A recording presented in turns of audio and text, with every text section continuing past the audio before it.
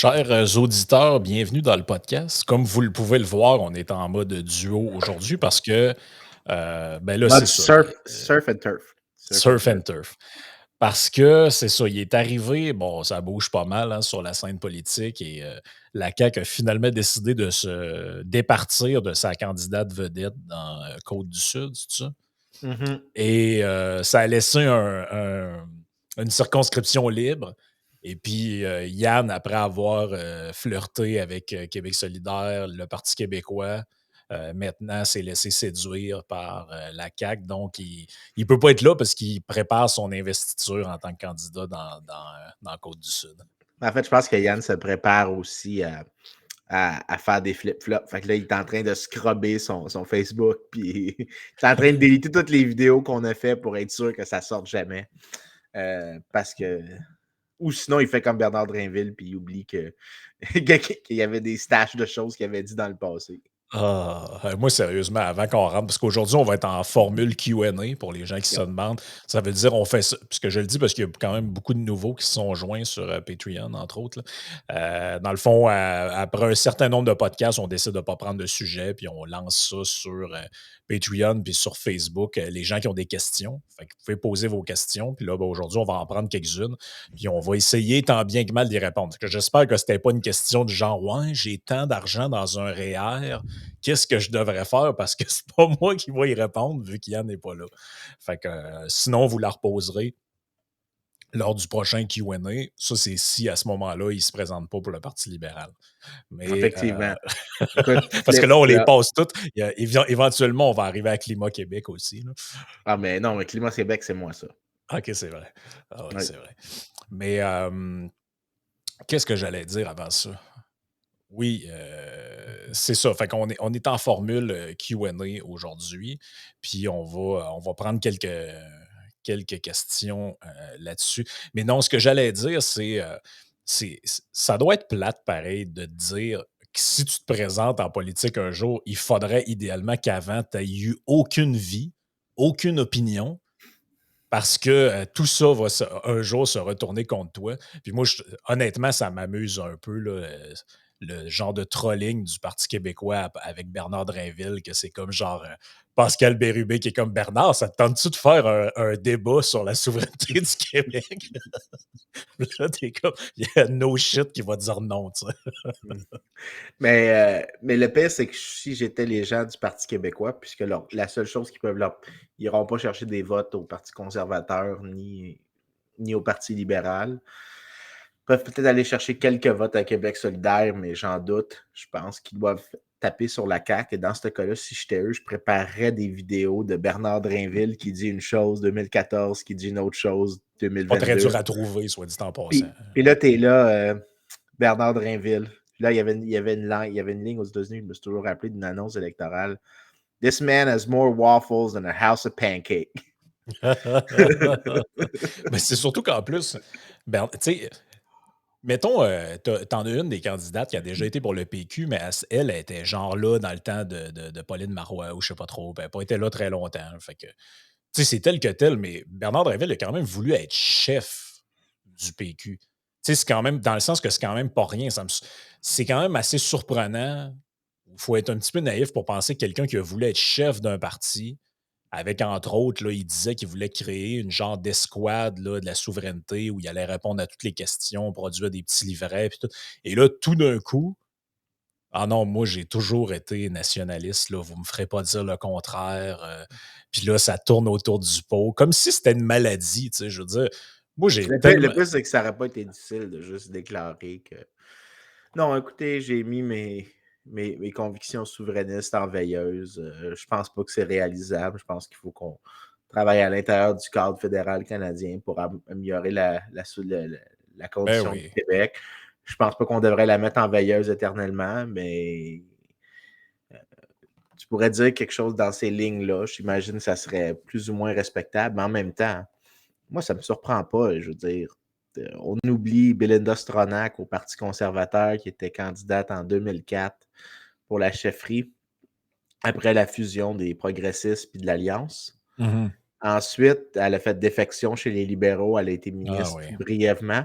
et elle avait considéré, elle avait sous-pesé la possibilité de se présenter à la chefferie du Parti libéral qui avait été éventuellement gagnée par Stéphane Dion. Donc, écoute, c'est toujours à prendre avec un grand grain de sel, ces Ben, affaires-là. ouais, c'est ça. Mais moi, je me dis, des fois, j'hésite entre deux options là-dedans, puis elles sont peut-être pas mutuellement exclusives. C'est-à-dire, est-ce que ces gens-là ont des convictions tant que ça en papier mâché qui peuvent se modifier au fil des opportunités?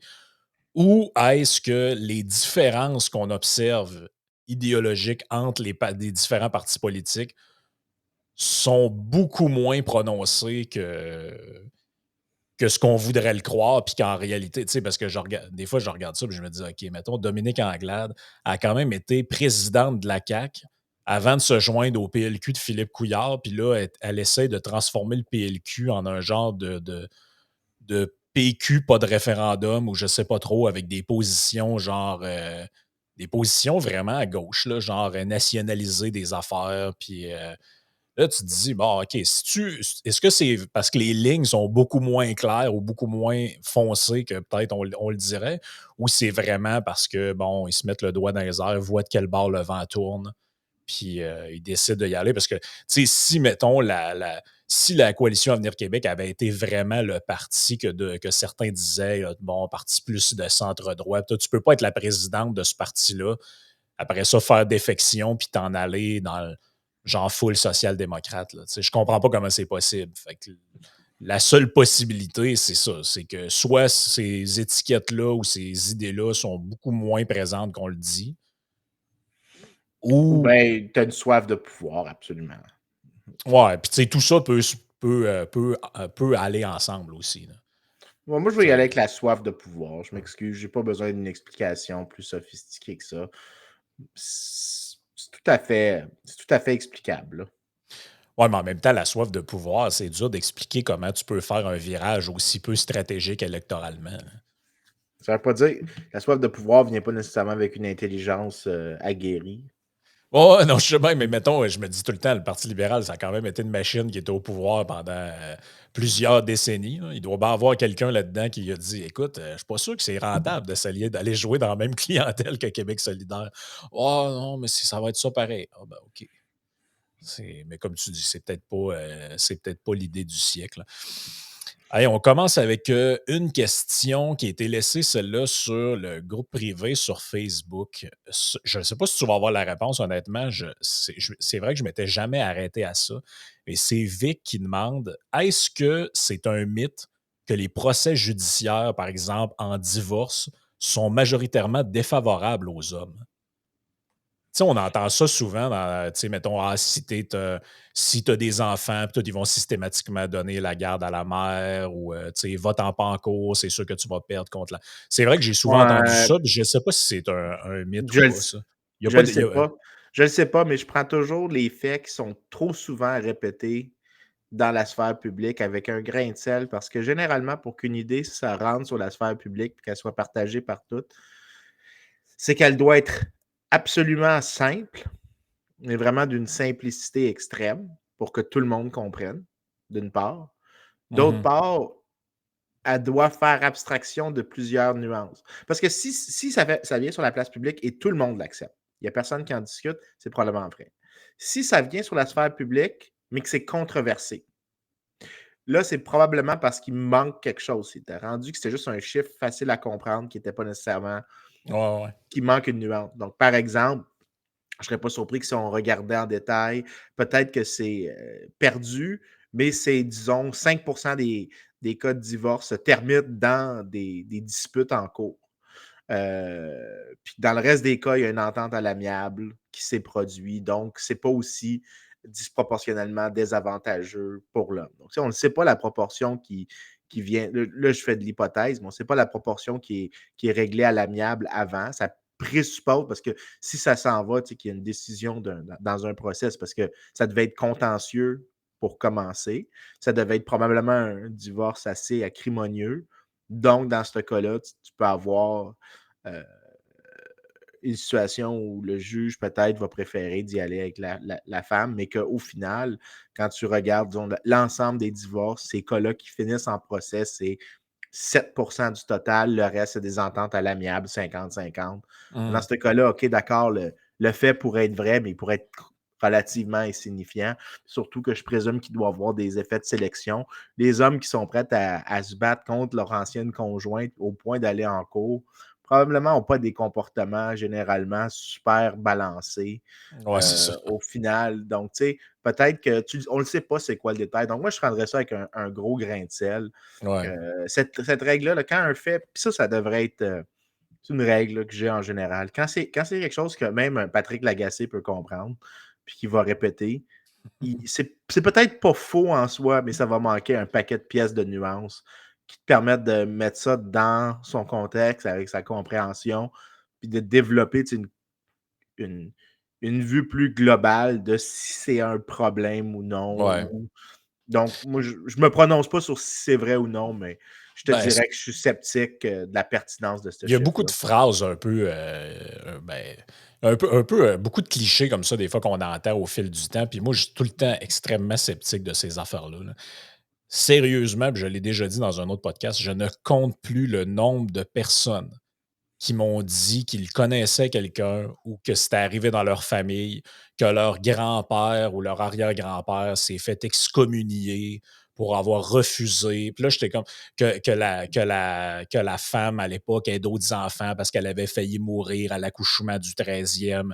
Et là, le curé a dit non, il l'a pris, il a donné un coup de pied dans le derrière, puis après ça, il est excommunié de l'Église. Sérieusement, je pense que ça fait 40 personnes qui me racontent que c'est arrivé dans leur famille, donc je ne peux que considérer que c'est faux. Ben Genre, écoute, c'est impossible qu'il y ait 40 scènes comme ça qui se soient produites. C'est peut-être arrivé une fois quelque part, mais que, genre, autant de gens aient dans leur famille des scènes aussi précises que ça, avec des événements aussi particuliers que ça, on dirait que je peux pas le concevoir, là. On dirait que ça ressemble plus à une légende urbaine que d'autres choses, ce truc-là. oui, je te dirais que j'ajouterais quelque chose. Je sais pas si des fois, en fait, comme historien économique, ça m'arrive fréquemment de devoir travailler avec des vieilles sources.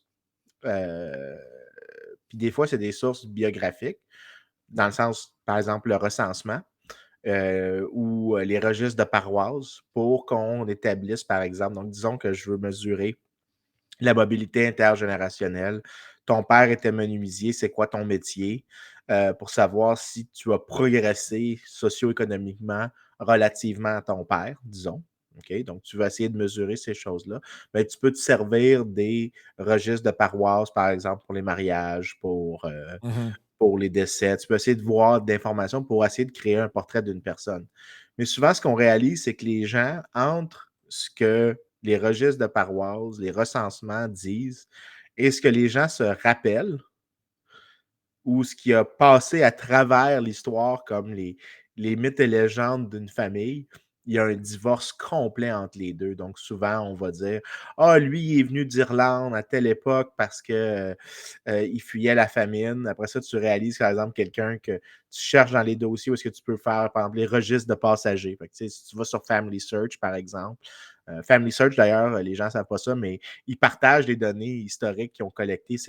Family Search, c'est l'Église de Latter-day Saints, c'est des Mormons qui font ça. Mais ils partagent avec des chercheurs les données pour qu'on puisse les utiliser Mm. pour des articles scientifiques. Euh, mais tu sais, par exemple, ils vont avoir sur Family Search, tu vas avoir la liste des arrivants au port de Montréal en 1825 et j'exagère, là, mais tu vas avoir des listes de où est-ce qu'ils sont arrivés au port.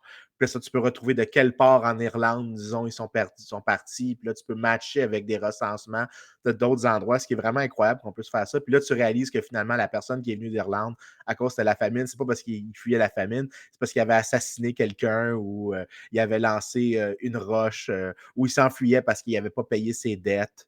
Puis lui, il avait menti à son nouveau partner quand il Mm. est arrivé au Québec. Puis le mensonge s'est persisté sur des générations. Donc, des fois, c'est des choses comme ça. Là, l'effort de commémoration que les gens font est absolument est biaisé. Là. C'est pas que c'est inutile, mais c'est généralement biaisé. On va oublier l'oncle qui faisait partie des chemises bleues d'Adrien Arcan. On va oublier le grand-père qui, qui avait porté un, un, un bandeau sur son bras avec une croix gammée dans des activités. On va oublier l'autre grand-père qui a été en URSS puis qui a, qui a participé à des purges, je sais pas, j'exagère, là, mais on va toujours oublier les personnages, puis on va juste qui étaient moins savoureux de la famille, ou on va oublier les mauvais Ouais. aspects d'eux, puis ça, on va remettre ça à l'essentiel. On va ramener ça à des mythes. Donc, sérieusement, Ouais, ben, c'est assez rare que les gens se vantent, mettons. Tu sais, quand tu écoutes les médias français, il y a souvent des gens là, que là, ça vient tout le temps sur le débat. Eux autres sont, je peux comprendre, là, mais sont traumatisés par la période de l'occupation et c'est comprenable, là. Mais il y a beaucoup, beaucoup, beaucoup de gens qui avaient des ancêtres résistants. Ils étaient oui. 50, mais en réalité, tout le monde, ses parents, ses grands-parents, tout le monde était résistant et personne n'avait de collabo dans sa famille. Ouais, ben C'est. écoute, garde, donner un exemple, mon grand-père était italien. Mon grand-père, lui, combattu les Anglais en Égypte, s'est fait capturer, a passé le reste de la guerre dans un camp de prisonniers en Irak. Euh, bon, il s'était pas battu fort fort parce que dès que les Anglais avaient avancé un petit peu trop, il avait donné son drapeau blanc. Mais en même temps, tu sais, mon grand-père, il disait encore à 79 ans à quel point Mussolini était incroyable. Euh, Ben oui, mais ils ont c'est, été conditionnés là-dedans, là. crois-moi, si t'étais, tu vas avoir des grands-parents qui ont des choses, qui ont dit des choses atroces, puis on va l'oublier, ça. Puis je veux dire, c'était conséquent pour l'époque, mais dans la transmission intergénérationnelle d'informations, je trouve pas que c'est si pertinent que ça. À preuve, je suis libéral, ce qui est probablement l'idéologie que les fascistes haïssaient le plus. Donc, tu sais, ça a Ouais. pas survécu très, très bien. Euh, Non, c'est mais de ça. toute façon, je veux dire, le péché ne se transmet pas par le sang, là. Donc, à un moment donné, Non, c'est pas parce que zéro. tes ancêtres. Moi, c'est pour ça que j'adhère pas à aucun truc comment je pourrais dire ça, de culpabilisation collective, de Ah, mais c'est parce que là, telle nation, ils ont fait ça à tel peuple. Ouais, mais tu sais, moi, je suis pas engagé là-dedans parce que j'appartiens ici, parce que je suis né ici, là. Si mes parents, si ma mère m'avait accouché en voyage ailleurs, je sais quoi, je serais pas tributaire de ce passé-là, là. Fait que moi, Non. j'ai bien de la misère avec ce genre de discours-là. J'ai Antoine sur Patreon qui dit, il dit, ça peut-être ça sera un sujet un peu complexe, il voudrait en faire un podcast, mais est-ce que Vincent a une idée pourquoi l'humanité a été pauvre si longtemps et que des années 1700 à aujourd'hui, le progrès économique a été gigantesque? C'est sûr que c'est une C'est vaste. Ben écoute, question large. il y a une réponse quand même relativement facile à faire. Ben, tu sais, dans la facilité de la réponse, il y a plein de sous-questions qui doivent être Mhm. posées. La réponse, c'est le rôle des institutions. Quand je donne mon cours d'histoire économique, ce que je montre, c'est que si tu, si tu omets les fluctuations, ce que tu vois, c'est que le revenu par personne de environ 10 000 avant Jésus-Christ jusqu'à 1700 est plus ou moins stable. Il y a des petites tendances, mais Mhm. tu sais, c'est faible. C'est super faible, l'effet d'une année de plus. Mais quand tu réussis à regarder des données plus granulaires, quand tu es capable de regarder les mouvements, tu as ce qu'on appelle des efflorescences. Tu as des périodes dans lesquelles tu as des périodes de croissance qui sont soutenues et, par exemple, la Grèce antique, la République romaine, euh, Qing China. Tu as des épisodes dans lesquels on trouve des efflorescences économiques. Et quand on essaie de les regarder, comment est-ce qu'elles ont émergé, comment est-ce qu'elles se sont terminées, le rôle des institutions est très important. Donc, par exemple, la raison que la Grèce antique était excessivement riche pour l'époque, parce qu'on oublie que c'était, par exemple, tu n'auras pas de société avant 1800 qui ont des taux d'urbanisation en haut de 20 de la population. Ouais. En Grèce antique, c'était 35 à 40, si je ne me trompe pas, ce qui était exceptionnel. Donc, généralement, quand tu as une proportion de population urbaine qui est super élevée, c'est parce que tu as une agriculture très productive, que tu as d'autres secteurs Ouais. d'économie qui sont assez productifs, que tu n'as Pour ça pas de qu'on problème. parlait des cités-États, entre autres. Puis, Exactement.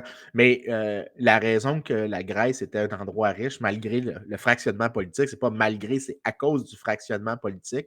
Toutes les cités-États se faisaient concurrence entre elles, mhm. avaient aussi des ensembles de ressources qui n'étaient pas facilement appropriables par un autre.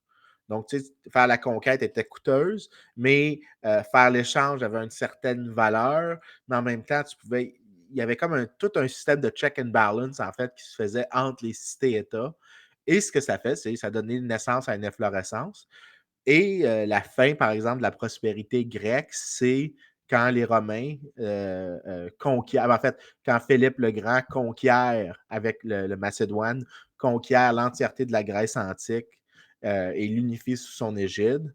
C'est là que ça commence à décliner. Quand les Romains ensuite absorbent la Grèce dans l'Empire, c'est fini. C'est un exemple euh, d'une fin parce que tu as enlevé le mécanisme institutionnel où est-ce que tu avais des États qui se checkaient entre eux, donc la protection des droits de propriété qui émergeait de manière implicite, parfois explicite, s'est érodé, s'est effrité, et le résultat, c'est que la prospérité qui avait émergé sur plusieurs siècles a disparu. Tu regardes d'autres épisodes qui se sont terminés, c'est toujours dans des cas où est-ce que tu as une détérioration institutionnelle très claire. Et quand tu regardes pourquoi, par exemple, c'est la Grande-Bretagne, les États-Unis, c'est vraiment qu'ils ont un cadre institutionnel assez exceptionnellement intéressant dans lequel, à l'intérieur de l'Europe, à l'intérieur de la Grande-Bretagne en particulier, tu as des check and balance qui existent, tu as un cadre institutionnel euh, qui est beaucoup plus libéral dans le sens économique, donc qui encourage l'activité économique. Mais là, après, le problème, c'est quand j'ai donné cette réponse-là, généralement, tous les historiens économiques vont dire oui, mais. Puis là, on va avoir des débats sur c'est quoi exactement une bonne institution? Est-ce que Ouais. c'est un État, tu sais, qui est. Là, tu vas avoir, par exemple, des libertariens plus radicaux comme euh, euh, David Friedman parlerait de ça, par Mhm. exemple, vont dire que non, c'est vraiment le fractionnement qui est important.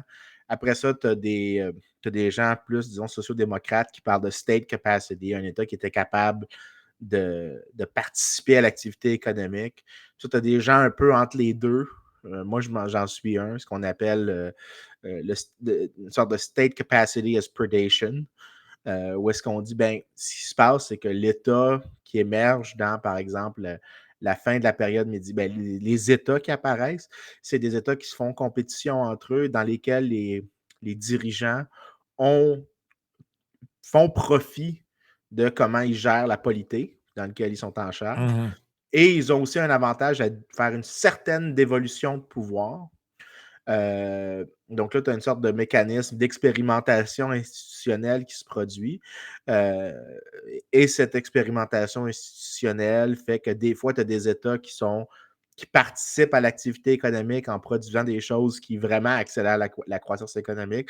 Dans d'autres cas, c'est un État plus minimaliste qui ne fait pas grand-chose à part, disons, des cours de Ouais. justice. Puis là, ce que tu vois, c'est que des fois, tu réalises qu'il faut que tu aies un peu de recherche de rente pour que les institutions soient stables. Donc, tu sais, tu dois avoir, par exemple, tu sais, les ententes, les gens qui pensent que la démocratie, ça émerge noblement par intérêt. Non, la plupart des démocraties sont émergées comme des batailles entre des groupes Ben d'intérêt oui. et la monarchie en soi, et une sorte de conflit entre les Ben deux. oui. C'est clair, là. C'est C'est beaucoup. qui voulait être calife à la place du calife. C'est beaucoup ça, là. Ouais, mais Euh, ça revient par contre, tu sais, le point que personne ne va s'ostiner entre économistes puis historiens économiques, c'est le rôle des institutions est vraiment crucial. Il y ouais. a d'autres facteurs qui peuvent jouer. Tu peux dire à quel point ça compte, mais il n'y a personne qui va dire, disons, tu prends la recette, c'est moins de 50% des ingrédients. Il n'y a personne qui va dire ça. Mhm. Ouais, puis t'as toute la question après du progrès technologique là, qui rentre en ligne de compte là-dedans. Là. Tu sais, il y en a qui vont Ouais, dire ben, même là, le progrès technologique, c'est pas comme si ça. Ça, c'est quelque chose qui m'énerve. Le progrès technologique, c'est pas un truc qui est initiateur en soi. C'est une conséquence de quelque chose d'autre. Il existe, là, pensez au nombre hum, de technologies qui existent dans l'univers dans lequel vous évoluez. Il y en a plein. Il y a plein de technologies. Il y a des technologies de moissonneuses-batteuses qu'on pourrait utiliser aujourd'hui. Pourquoi est-ce qu'on les adopte pas? Pourquoi est-ce qu'on ne fait pas, tu sais, l'ensemble de technologies disponibles, si moi, je veux créer une nouvelle technologie, mais aussi adopter n'importe laquelle de toutes celles qui sont disponibles, ça va dépendre de, par exemple, la protection des droits de propriété que j'ai. Si, disons, le roi demain matin peut venir de manière arbitraire saisir ma ferme, est-ce ouais. que je vais acheter des biens, est-ce que je vais utiliser une technologie qui a des hauts coûts fixes, mais des bas coûts marginaux. Donc, ça prend plusieurs années avant que le rendement se génère, mais qu'il soit vraiment un rendement plus important dans le long terme. Si le roi pourrait arriver. Donc, il y a deux technologies. Je vais prendre celle qui a le plus bas coût fixe, même si elle est moins efficace dans le long terme que l'autre. Mhm. Euh, L'innovation en soi, moi, je considère que c'est un résultat du cadre institutionnel Ouais, plus que c'est une force initiatrice. ouais, mais justement, c'est drôle que tu parles de ça parce que quand tu prends des cours justement d'histoire des sciences, puis tu lis un peu sur l'histoire des sciences, il y a, en général, ça, c'est un point de vue que je donne en passant. Ce n'est pas, c'est pas une science infuse là, parce qu'il y a des débats là-dessus. Là. Mais en général, à mon avis, les auteurs intéressants vont défaire l'espèce de mythe selon lequel l'histoire du monde se déroule par des genres de sauts qualitatifs tout le temps. C'est-à-dire qu'à un moment donné, on a toute cette image-là, là, à un moment donné, il y a une pomme qui tombe sur la tête d'un tel, puis il découvre la théorie de la gravitation. C'est des clichés pour t'expliquer des affaires. Mais la réalité, puis ça, il y a un auteur qui est intéressant pour ça, là, puis après, je vais partager ce que tu viens de m'envoyer. Là. Il y a un auteur qui est intéressant pour ça, c'est un Français qui s'appelle Pierre Duhem. Il a écrit plusieurs livres, là, Duhem, D-U-H-E-M. Il y en a un qui s'appelle Les origines de la statique, puis il y en a un autre qui s'appelle Système du monde, histoire des doctrines scientifiques, de Platon à Copernic.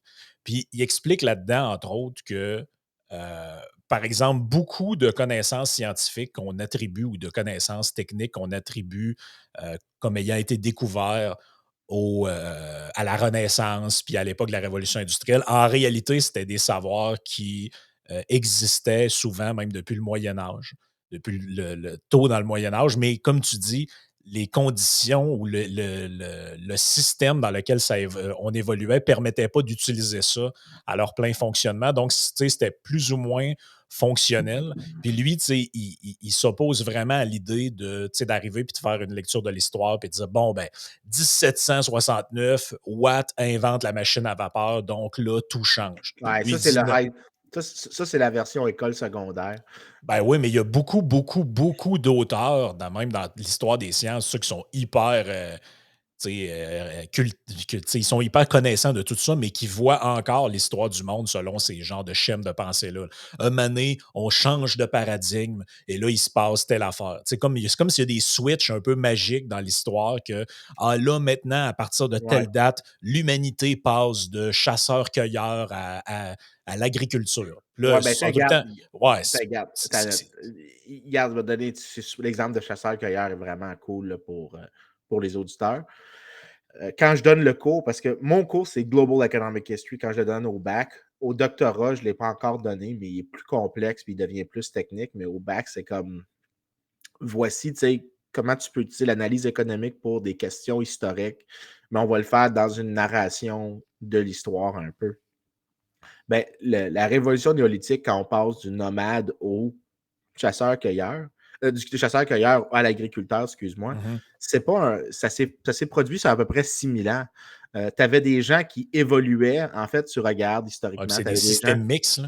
Tu es Ben, sur c'est deux ça. systèmes en même temps. En même temps que tu es sédentaire, tu fais en même temps de la chasse puis de la cueillette. Là. Exactement. Mais tu avais aussi des collectivités où est-ce que ce qui se passait. Par exemple, la grosse question, moi, je pense, en histoire économique, c'est pourquoi c'est pas la révolution néolithique qui nous a amené à la prospérité? Ça, c'est vraiment une question vraiment plus importante parce que c'est gigantesque. Là. Juste pour que les auditeurs comprennent, on peut passer plus de temps sur cette question-là parce que je l'aime vraiment beaucoup. Euh, Quand je donne mon cours, je pointe que quand tu es un chasseur-cueilleur, l'espace que tu dois occuper pour acquérir des calories est égal à environ 200 acres par personne en moyenne parce qu'il faut que tu te promènes dans un espace assez gigantesque pour collecter. Pour te nourrir pour une année, tu as besoin d'équivalent de 200 acres. Quand tu fais de l'agriculture, tu as besoin d'à peu près 3 à 4 acres. Le ratio est gigantesque. Quand tu passes de l'agriculture, excuse-moi, de chasseur-cueilleur à nomade, tu as besoin de beaucoup moins de, d'espace que tu dois occuper, mais tu as aussi, parce que l'espace, tu dois te déplacer dans l'espace, bien, tu perdais des calories en allant chercher ta bouffe à un autre endroit. Donc, tu faisais beaucoup de dépenses, tu avais beaucoup de temps mort, tu avais beaucoup de travail qui n'était pas utilisé. Mais Mhm. l'agriculture, ça a permis de concentrer dans un plus petit endroit la collection de nutrition. Puis ce qu'on voit, c'est qu'il y a vraiment eu des booms dans la stabilité des diètes, dans la quantité de calories qui étaient mangées en moyenne chaque jour. On voit plusieurs signes que la stabilité des diètes, la quantité de calories totale sur une année a pas changé tant que ça, mais au jour par jour, tu avais des calories assurées tous les jours. Euh, donc, ça, c'est la première chose. Mais par contre, la question, c'est pourquoi c'est pas devenu riche? Ben, la chose qui s'est passée, puis ça, c'est un gars qui s'appelle James Scott qui a écrit Against the Grain, qui est, je vais envoyer la référence, mais Scott, c'est le dernier des liens que je vais t'envoyer. Euh, Scott qui explique, puis il fait un peu. J'aime pas tant que ça comment il fait parce que c'est un historien qui est. C'est un politologue, mais il n'est pas super bon avec la littérature économique, mais il n'est pas mauvais non plus. Ce qu'il montre, c'est que la première richesse que les États créent, ces richesses-là qui viennent avec l'agriculture, contrairement avec ce qui est nomade, c'est une richesse que tu peux pas déplacer. Donc, Mhm. tu deviens beaucoup plus immobile, ce qui permet à un dirigeant de t'abuser plus facilement. C'est pour Ouais, ça ouais, que les ouais. premiers États, quand tu regardes leur évolution, c'est des États qui sont excessivement abusifs, qui utilisent l'esclavage. En fait, ils n'ont pas tant des systèmes de taxation qu'ils ont des systèmes d'extraction. Donc, ils vont capturer des gens, ils vont les faire travailler de force pour produire certains biens. Donc, tu as des armées de conscrits, tu as des contrôles qui sont faits, tu n'as pas tant de la taxation pour que le dirigeant s'enrichisse, qu'il prenne l'argent des gens. L'argent parce que les richesses dans ce temps-là n'étaient pas n'était pas facilement monétisé. Il n'y avait pas beaucoup de monnaie en Mhm. tant que tel. Donc, tu n'avais pas quelque chose qui était fongible, mais il était capable d'extraire de la richesse.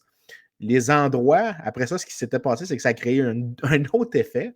C'est qu'où est-ce que les dirigeants étaient capables de s'installer pour extraire des gens?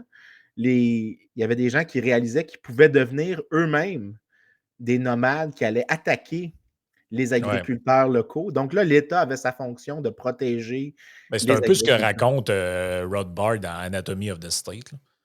Ouais, mais Justement, Rothbard ne fait pas super. Je le mettrais. Rothbard, il lit l'histoire de la manière dont il veut parce que ça lui ouais, ben donne ça, l'histoire, c'est. l'interprétation Ouais. libertarienne qu'il veut. Fait que je prends toujours ça avec un grain de sel, même si je pense qu'il n'y a pas 100% tort là-dessus. Mais en gros, tu as comme une sorte de catch-22 qui se passe. C'est que l'État est là pour t'abuser, mais il est aussi là pour te protéger. Mais c'est sa présence qui a créé l'autre personne qui t'attaque en plus. Donc, Mhm. c'est un truc difficile. Mais l'autre problème aussi, c'est que quand tu as eu l'invention de l'agriculture, tu as eu une explosion de la population et tu ne pouvais plus revenir en arrière. Tu ne pouvais plus revenir entièrement à chasseurs-cueilleurs parce que tu ne Ben non. pourrais pas soutenir ce niveau de population-là. Donc, tu avais un effet de cliquet. Dès que tu es passé à ce nouveau système-là, que tu as eu une explosion de la population, on ne réalise pas que la population mondiale a augmenté, je pense, par un facteur de 100. J'oublie le chiffre, là, mais tu as une explosion, puis tu ne pouvais plus revenir en arrière sans qu'il y ait beaucoup de monde qui meurt. Mhm. Donc, tu étais coincé. Tu étais coincé dans cette situation-là. Euh, donc, c'est un peu un catch-22, mais ça revient encore au rôle des institutions. C'est pourquoi est-ce qu'il n'y a pas eu un meilleur État? C'est quoi qui fait que l'État, fait sa job fondamentale, mais qui n'en abuse pas ou qui fait des services qui sont vraiment productifs? Ça, c'est vraiment le jeu d'équilibre. Fait que pour revenir à la question de Nick ou Tom, j'ai oublié c'est Antoine, qui. je pense. Antoine, ça revient à c'est quoi une bonne institution puis comment tu fais pour l'avoir. Mhm. Non, c'est vrai que le rôle des institutions, là, ben, tu sais, on le voit même quand vous regardez là, les différentes juridictions qu'il y a dans le monde, là, on le voit très bien. C'est pas parce que les gens qui vivent là-bas sont moins bons ou plus. Tu sais, il fait juste le meilleur exemple de ça, moi, je trouve, c'est la Corée, là. Regarde Ah le ouais. nord versus le sud. C'est le même, tu sais, génétiquement, ethnologiquement, Ouais, culturellement, il y a c'est trois le même monde. générations. Il Ben y oui, a ça trois fait quoi? générations. C'est quoi? C'est Trois- 1952, quelque chose de même, la séparation? Là, je vais de mémoire, là, c'est quelque chose de même. j'ai envie de dire 48, le chiffre que j'ai en tête. Euh, attends une minute. Separation of the Koreas. Euh, je sais que la guerre, c'était voyons, 51 à 53. Partition de la Corée 1945. 10 août 1945 à Ah, c'est 17 ça. août 1945. Ça veut dire que c'est directement à la fin de la Deuxième Guerre mondiale. Mais tout ça Yup. pour dire que, tu sais, c'est le même peuple, c'est les mêmes origines ethniques, c'est la même, à la base, les mêmes valeurs, les mêmes trucs culturels. Et il y a une place qui est un endroit de fine pointe de la technologie maintenant, aujourd'hui, avec des microprocesseurs, tout ce que vous voulez. Puis l'autre endroit qui est un des places les plus obscures au monde, là, tu sais, en termes de droits humains. Puis c'est pas une question raciale, c'est pas une question Non. culturelle, ce n'est qu'une question d'institutions et de systèmes corrompus, là. Ouais, puis ça, une autre affaire qui me tape ses nerfs, puis ça, on peut passer à la prochaine question, là. Mhm. C'est tous les historiens font ça, puis ça m'écoeure comme t'as pas idée. Ils vont parler de mentalité pré-capitaliste ou de mentalité pré-industrielle, de Ouais. mentalité paysanne. Puis là, il y a comme un break dans l'histoire où est-ce que nos cerveaux changent, puis on devient Ben, différent. ça, c'est ce que je te disais tantôt, là. C'est les J'ai espèces de sauts qualitatifs de même. Puis ça, même les meilleurs auteurs peuvent faire ça, là. J'haïs ça, j'haïs ça. La réalité, c'est que ce qui se passe à travers l'histoire, c'est que tu as toujours la même rationalité économique chez les gens. Tout ce qui change, c'est les contraintes qui font face. Les contraintes avec lesquelles ils doivent faire des choix. Mais l'être humain qui est un maximisateur, qui essaie d'améliorer son sort, ça a toujours été le cas. La question, c'est que les contraintes ont changé. Tu peux pas, il n'y a pas d'autre explication que ça. Il n'y a pas Parce que là, ce que ces gens-là font, c'est du hand-waving. C'est vraiment malhonnête. C'est comme de dire, ben, je ne suis pas capable d'expliquer ce changement de A à B, alors je vais dire que la personne elle-même a changé de A à B. Euh, non, peut-être que tu devrais aller faire des efforts, de regarder dans les sources, de voir c'est quoi les comportements qui ont changé, comment est-ce qu'ils ont changé, c'est quoi, est-ce qu'il y a un cadre Oui. interprétatif qui est capable d'expliquer ça. Puis c'est incroyable comment, écoute, le meilleur exemple, c'est les Québécois. On disait tout le temps que les Québécois sont nés pour un petit pain ou que les Québécois avaient des mentalités différentes des Anglo-Saxons. Moi, j'ai fait 3 articles sur le sujet qui ont tous été bien publiés. Dans les 3 articles, je montre, par exemple, que quand tu comparais l'efficacité des agriculteurs canadiens-français avec les agriculteurs canadiens-anglais, mais au Québec, tu comparais les deux, il n'y avait pas de différence. Les Canadiens français étaient plus pauvres, mais pour chaque ressource qu'ils utilisaient, ils étaient également efficaces l'un à l'autre. Donc, il n'y avait pas de différence entre les deux groupes. Après ça, j'ai étudié les pratiques qui étaient adoptées. Il n'y avait pas de différence dans l'adoption des pratiques. En fait, l'endroit où il y avait des différences, c'est quand tu avais des francophones qui observaient des anglophones. Et là, lorsque tu avais des groupes mixtes, eux étaient les plus innovateurs. Ils étaient plus innovateurs que les anglophones unilingues et que les francophones unilingues. Donc, Hum. lorsqu'ils étaient exposés à de nouvelles informations économiques, qu'ils découvraient quelque chose qu'ils ne savaient pas, ils n'ont pas laissé le 100$ traîner sur le trottoir. C'est ça, c'est la définition pas mal classique de la rationalité là, de base, si tu veux, pour économiste, c'est si la personne voit un 100$ à terre et elle ne le ramasse pas, elle est irrationnelle. Si elle voit un 100$ par terre et elle le ramasse, c'est rationnel. Right? Puis qu'il n'y a rien qui l'empêche. Moi, je suis bien plus drastique que ça. Même 5 piastres, tant qu'à moi, c'est irrationnel. À moins que tu aies un problème de dos qui justifie que tu évalues que ramasser le 5 piastres vaut pas la Ouais, douleur que ton mais dans hernie ce te cas, fait subir. Mais dans ce cas-là, ce que tu fais, c'est que tu es juste en train de changer un paramètre de la Oh oui, conversation. Par mais non, exemple, je mais pourrais dire, c'était une blague, là. non, mais par exemple, si c'était 1000$, est-ce que tu serais prêt à te faire mal au dos? Oui, 2000.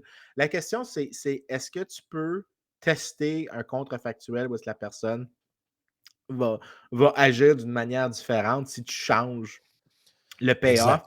Puis cette espèce d'explication des historiens qui m'énerve, c'est vraiment d'essayer de tasser le passé. Tu peux dire que la culture a changé avec des changements économiques, puis qu'il peut avoir un nombre de la culture. Donc, par exemple, tu regardes en Allemagne, ça c'est mon collègue John Schultz qui travaille là-dessus. Les endroits où la chrétienté est arrivée le plus tard en Allemagne, c'est les endroits où le parti nazi performait le mieux parce que culturellement, il n'y avait pas d'autres institutions qui faisaient contrebalancier Hum, organisationnel au parti nazi dans ces endroits-là. Donc, c'est une explication qui est proposée. Mais tu sais, ici, c'est une explication qui est de nature culturelle, mais elle a un cadre économique très clair. C'est que tu avais des gens qui ont des véhicules organisationnels, que lorsqu'ils font des choix de leur vivant, ils voient 2 types de véhicules. Ben, dans un endroit où la chrétienté est arrivée plus tard, tu avais des véhicules différents, tu avais des choix différents que dans un endroit où la chrétienté est arrivée beaucoup plus tôt. Donc, par exemple, c'est pour ça que tu remarques qu'en Bavière, où il y avait une forte proportion de catholiques, et non seulement une église bien organisée, mais une église hiérarchisée, ce qui est différent des luthériens, des autres systèmes d'organisation. Les catholiques ont une structure beaucoup plus hiérarchique. Ben, tu avais un contrebalancier très fort. Donc, tu regardes qu'en moyenne, les nazis faisaient moins bien dans Ben, les endroits catholiques de l'Allemagne. Mussolini Parce a eu à ramer beaucoup plus fort pour se débarrasser des religieux qu'Hitler.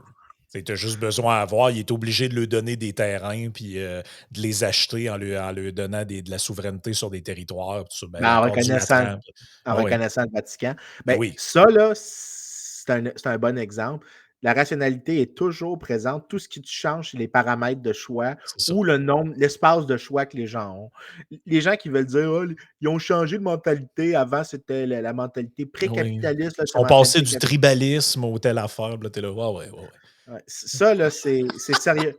C'est sérieusement l'équivalent de François Legault qui dit lève-toi et marche. Là. Ouais, ouais, ouais, ouais. C'est aussi On est pertinent.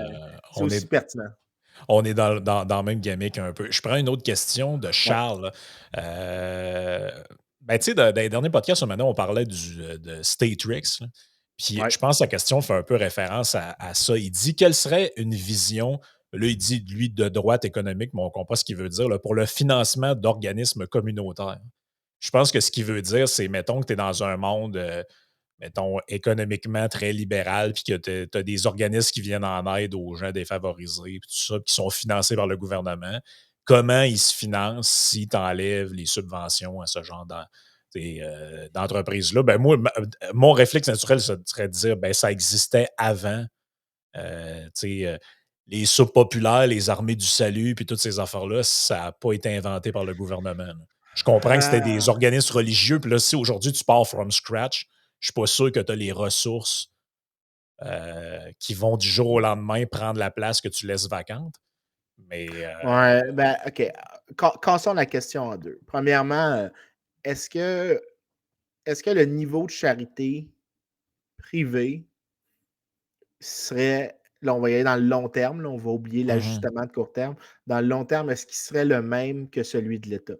Le lien que je viens de t'envoyer, c'est vers un livre qui s'appelle Growing Public, qui est de mon ami, co-auteur, mentor, Peter Lindert, mhm. que j'admire. Mais Peter est très social-démocrate et Peter est tellement bon comme économiste que lui, son livre m'a fait vraiment changer Fait que là, tu sais, plusieurs. il pardonne d'être social-démocrate, vu qu'il est. Non, non, mais Ah, pas ça. ben, C'est parce taquine. qu'il est tellement un bon social-démocrate qu'il est capable d'utiliser des faits, puis il ne fait pas de raccourcis, puis Ouais, ouais. c'est pas de la bullshit. Puis un de ses arguments, c'est qu'il n'y a aucune chance qu'un un État un État public, la redistribution, soit capable, l'aide privée soit capable de collecter les mêmes montants. En fait, parce que tu as des économies d'échelle généralement, au net, sont probablement capables, de chaque dollar redistribué, tu as eu besoin de moins de ressources pour l'attirer. Puis ça, là, c'est vraiment. Il est très convaincant là-dessus. Va dans les vieilles archives, regarde la proportion des dépenses, par exemple, ce qu'on appelait les almshouse, les poorhouse, la proportion des dépenses des établissements qui allaient à l'administration en soi versus l'État. L'État dépense une beaucoup petite partie des ressources qu'il collecte sur l'administration que des organismes caritatifs. Donc, au final, c'est clair que l'État est capable de collecter beaucoup plus. Par contre, un inconvénient à l'État, c'est que l'État n'est pas capable de faire euh, des services customisés. Tu peux pas avoir tu peux pas avoir t'as un one size fits all. Tu es coincé avec Mhm. une taille unique, tu n'as pas de service sur mesure, tu peux pas utiliser des boucles de rétroaction aussi facilement. Donc, tu ne peux pas découvrir de l'information aussi facilement. Donc, tu peux collecter plus, mais tu es plus rigide et tu es plus uniforme. Et ça a un coût. Le problème, c'est est-ce que ce coût-là est assez grand pour compenser l'alternative? Surtout que la redistribution que l'État peut faire peut financer, par exemple, l'éducation, des choses qui permettent à des gens au bas de l'échelle de grimper. Et là, quand tu pondères ces choses-là, ça devient vraiment une question empirique. Et c'est pas clair si au net, un État qui redistribue va vraiment être si mauvais que ça, avec beaucoup d'astérix, là, parce que je vais parler des astérix dans une seconde, mais c'est pas clair si c'est nécessairement nocif. Euh, automatiquement nocif, je devrais dire. C'est pas automatiquement nocif. Mais par contre, comment tu fais pour l'avoir efficace? Mais là, c'est là que le fédéralisme vient important. Que tu délègues les pouvoirs vers les plus petites communautés possibles pour que certains programmes soient gérés de manière locale, ou est-ce que ça peut être plus flexible au niveau de cette communauté-là. Donc là, tu as le principe de subsidiarité et de suppléance qui viennent en jeu. Donc, tu ne donnes pas à la province de Québec la gestion des autobus scolaires. C'est peut-être mieux de laisser ça aux villes ou même Hum, aux écoles elles-mêmes. Par contre, les hôpitaux pourraient être gérés aussi, par exemple, par des transferts aux villes ou des choses comme ça. mhm. Là, c'est que j'essaie de sursimplifier. Mais par contre, tu ne laisses pas l'armée aux villes.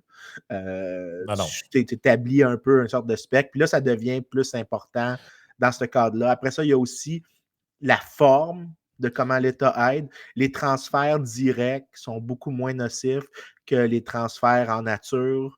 Ouais, via Sont... des programmes. Ouais, ouais. Ouais, Mais moi, ce que je trouve un peu révélateur souvent dans notre manière de. Là, je dis notre, mais tu comprends que c'est un nous général là, de ce qu'on observe souvent. Là.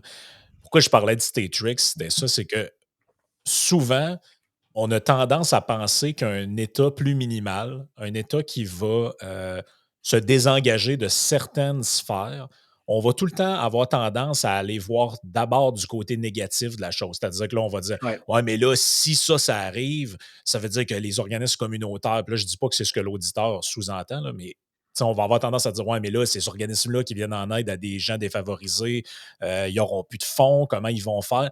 Mais on ne voit jamais que ça peut aussi vouloir dire simplifier énormément la vie à ces organismes-là. Un, d'émerger. Peut-être que c'est beaucoup plus simple pour eux légalement d'exister, d'avoir accès à de la propriété plus facilement parce que comme tu as, un système plus souple là, au niveau de l'habitation, du logement, ben, c'est moins compliqué pour eux d'avoir accès à un local, c'est moins compliqué pour eux d'avoir accès à des bénévoles pour toutes sortes de raisons. Il y a la taille de l'État, c'est pas juste l'argent qui est donné à ces organismes-là, c'est la En effet. quantité de paperasse et de règlements qu'il y a dans cet univers-là et qui peut compliquer quand même substantiellement la vie et l'existence de ce type d'organisme-là. Oui, je te dirais que je suis d'accord avec ça.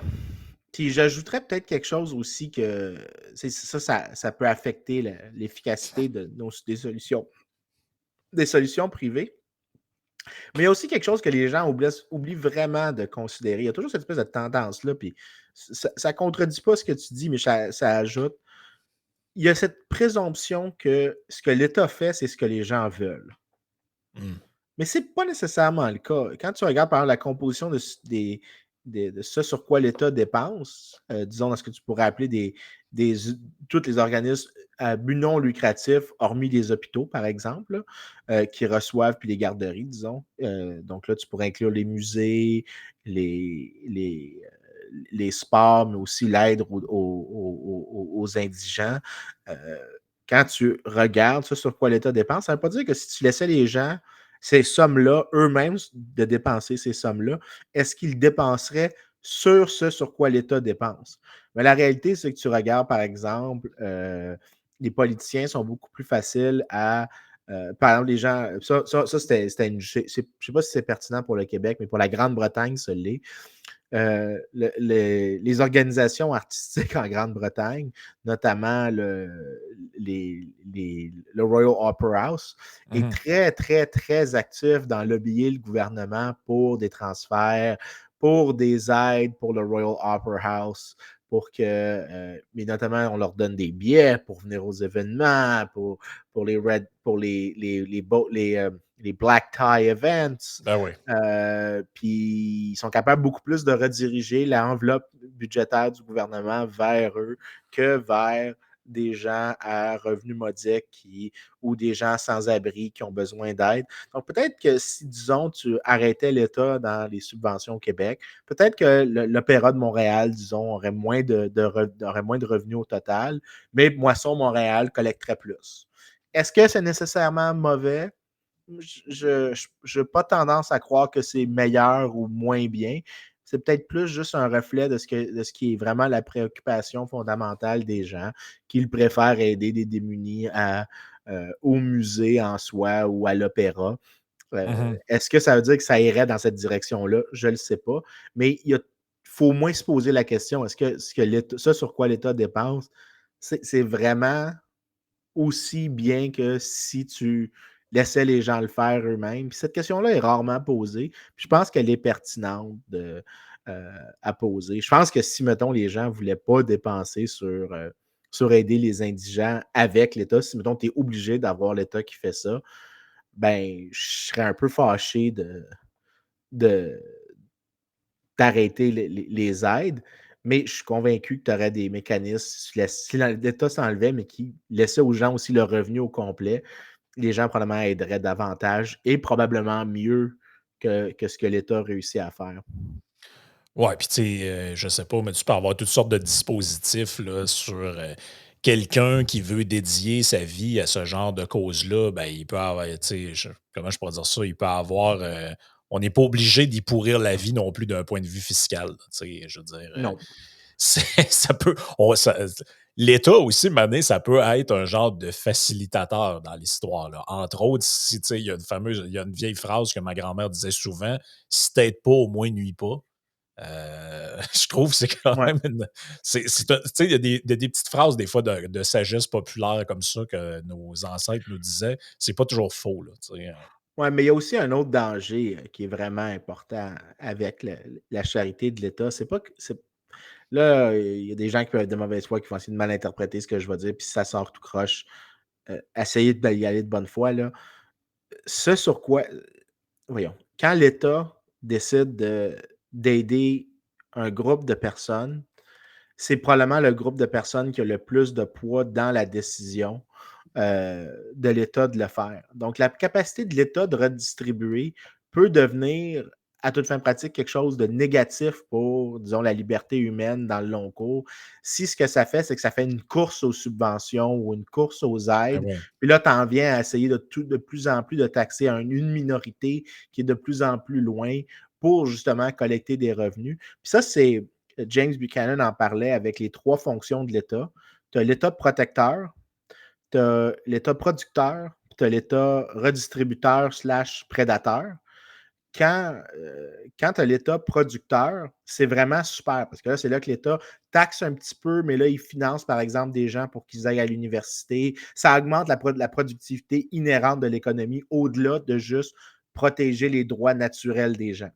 Le Mhm. problème, c'est que dès que l'État commence à faire des services de production, il court le risque d'embarquer dans la section redistribution où là, tu te sers des pouvoirs qui sont créés pour prendre à une minorité, pour prendre à une majorité puis te financer toi, ou prendre à une minorité, puis à une majorité puis te financer toi, une minorité, peu importe dans quelle direction ça va, tu peux avoir des abus qui émergent. Ouais. Et là, tu as une détérioration du cadre institutionnel, puis à long terme, tu te retrouves avec une société plus pauvre. C'est pour ça que quand je dis les règles du jeu, là, ce que tu veux, c'est créer des balises, des contraintes, des incitations qui font que tu peux pas, au minimum, là, tu peux pas quitter la deuxième catégorie. Tu peux te déplacer entre les deux premières, l'État producteur puis l'État protecteur, mais tu as quelque chose qui devrait t'empêcher toujours de sortir de l'autre. Le problème, c'est que c'est vraiment difficile d'établir ce périmètre-là pour empêcher Mhm. la sortie de cette catégorie-là. Non, c'est clair. Francis qui demande sur Patreon pourquoi autant de gens confondent corporatisme ou crony capitalism et capitalisme. Ça, c'est. Ah, je le sais pas, c'est une maudite bonne question. Ça, c'est vrai que. Parce que j'ai tellement eu souvent dans ma vie des discussions avec des gens qui sont plus de gauche, là, puis à chaque fois qu'ils me parlent de ce que eux combattent, je suis comme OK, mais c'est parce qu'on parle de la même affaire. Moi aussi, j'aime pas ça, ce dont tu parles. Mais c'est Ouais, parce que ce dont tu parles, c'est pas ce que je prône pas en tout. Là. ouais, ben, j'ai déjà eu la même conversation avec des gens. Hey, là, t'as-tu vu, l'État, il est dans le lit avec Bombardier. OK? Yeah, I know. Est-ce que tu veux que je défende Bombardier? C'est ça que tu t'attends à ce que je fasse? Parce que je suis pas un grand fan. Là. En fait, je suis pas du tout fan qu'il fasse ça. Puis généralement, il y a cette confusion-là, mais je sais pas d'où est l'origine. Honnêtement, je te Ouais. dirais que I'm stumped. I have no answer to that. Ben moi, je pense qu'il y a une forme de. Je pense que c'est ça qui me dérange un peu avec les gens qui sont plus à gauche sur ces questions-là, c'est que eux, ils ont une vision un peu naïve, puis je le dis pas méchamment, là, mais ils ont une vision un peu naïve qui consiste à dire, ça tu le vois souvent là, avec des slogans du genre ça prend du courage, de la volonté de changement. C'est-à-dire que eux, dans leur tête, ils pensent que moi, dans mon esprit, là, c'est starve the beast. Là. T'sais, si tu n'affames pas la bête un peu, là, la bête a tendance à spreader ses trucs partout. Là. Fait que tout le monde, plus tu t'envoies de l'argent dans le Léviathan, plus il y a des gens qui vont tourner autour du Léviathan en espérant des retours d'ascenseur. Yep. Fait que le seul moyen de régler ça, là, c'est c'est de lui laisser ce qui est absolument nécessaire et tout ce qui n'est pas nécessaire. Autrement dit, si tu enlèves le chéquier à Fitzgibbon, il ne peut plus faire des chèques à tout le monde. Je prends une Effectivement. image imagée pour que les gens comprennent ce que je veux dire. Mais tu as Mais, fait une mais erreur. Tu as fait une grosse erreur. Faites ce qu'il donne. Fitzgibbon. Sauf que eux, ce qu'ils disent, c'est pas ça. Eux, ils disent non, non, le problème, c'est pas ça. C'est qu'il faudrait mettre une meilleure personne à la Non. place de Fitzgibbon. Comme ça, eux pourraient faire des chèques juste aux causes que moi, je trouve nobles. Donc, plus de chèques à Bombardier, mais des chèques à des organismes communautaires, des artistes qui ont besoin d'aide. Puis moi, je me dis tout le temps, oui, mais vous comprenez pas c'est quoi la mécanique de l'État, les incitatifs, euh, tout ce qui rentre en jeu là-dedans. Tu peux pas baser la fonctionnalité du système sur la bonne volonté, les bonnes valeurs, un être humain de qualité. Parce que c'est souvent sur ça qu'ils vont axer, de dire nous, on a des bonnes valeurs, nous, on va changer les choses. Mais si vous ne changez pas les règles du jeu, vous ne changerez jamais les choses. Parce que Écoute, inévitablement, à un moment donné, vous allez vous ramasser à la place de l'autre. Vous allez avoir des pressions de tel lobby. Vous allez avoir des gens qui vont exercer une certaine influence, faire du chantage. Puis un jour, savez-vous quoi? Peut-être que ça va être plus long que les autres, mais vous allez flancher aussi. Là. écoute, il y a cette espèce de tendance-là de plusieurs personnes de penser que ce qui est fondamentalement immoral désire être immoral. Ben, c'est ça. Ils sont En fait, volontairement méchants, eux. Là. Mais oui, non, mais que leur identité est liée à cette c'est méchanceté-là ça. et qu'ils en sont conscients. La réalité, c'est que, en fait, prends n'importe quel roman, n'importe quelle œuvre de. Puis en fait, la personne qui en parle le mieux, c'est Solzhenitsyn dans l'archipel des goulags. Il y Quel a un livre passage. incroyable. Ah, quand même. Moi, ça m'avait affecté. Puis il y a un passage dans lequel Solzhenitsyn dit tu penses aux grands vilains dans les grandes histoires et on pense qu'ils vivent vraiment pour que la méchanceté est une finalité en soi et que c'est l'essence même de leur personne. La réalité, c'est que les personnes ayant commis les plus grandes atrocités se voyaient elles-mêmes comme des personnes Oui. vertueuses. De la même manière que, disons, je ne sais pas, l'exemple qui me vient en tête, quand Thanos voyons, dans les dernières séries de Marvel, détruit Mhm. la moitié de l'univers. À la fin, sa fille, il demande Did you do it? Il dit Yes. How what did it cost? Puis il dit Everything. Puis dans le sens que tu vois que ça l'a épuisé, que c'était important, mais que lui, il voit qu'il a fait quelque chose de moral. Mais il a tué la moitié de l'univers à toute fin pratique. Là. Non, non, C'était c'est ça qu'il ça. essayait de faire. Euh, Non, c'est ces ça, gens, c'est le cette vrai. naïveté-là qui est dangereuse, moi, je trouve, parce que Oh oui, eux voient leurs adversaires ou leurs adversaires présumés.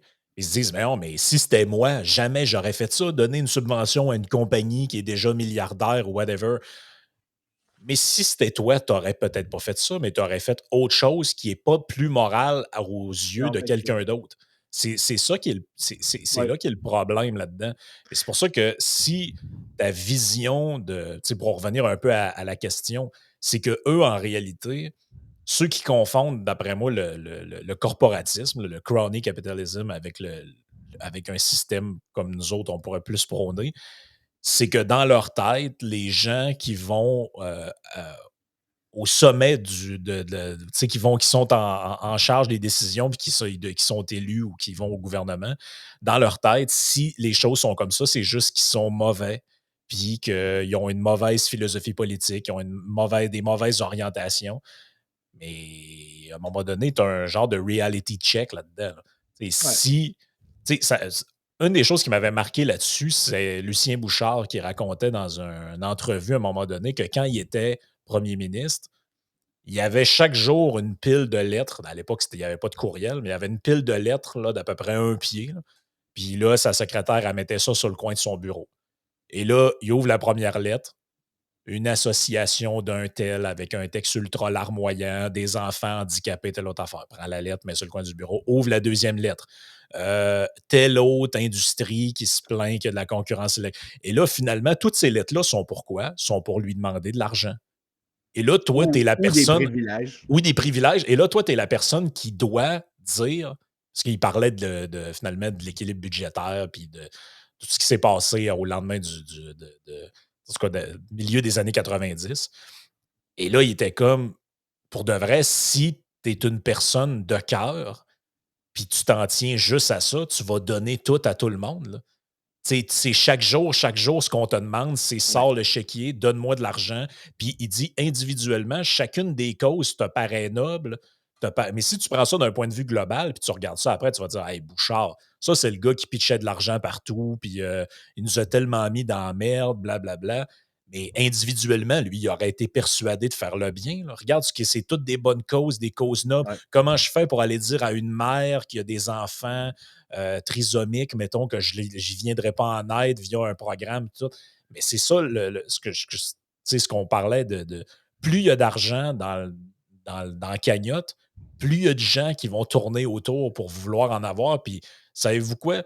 Quand les politiciens donnent des subventions, puis nous autres, on est comme, hey boy, c'est donc bien douteux, cette affaire-là. Ben, s'il y a peut-être même qu'eux autres, ils croient à leur affaire, là.